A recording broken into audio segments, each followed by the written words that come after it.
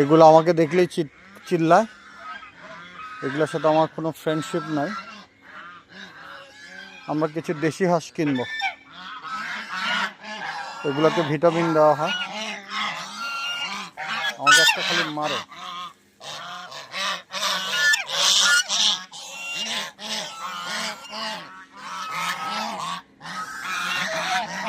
এক দুই তিন চার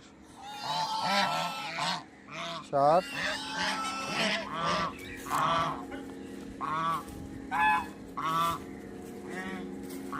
আয় ওই ছাগলটারে বান্ধ। আমাদের কিছু দেশি মুরগি, এগুলাকে আমরা এই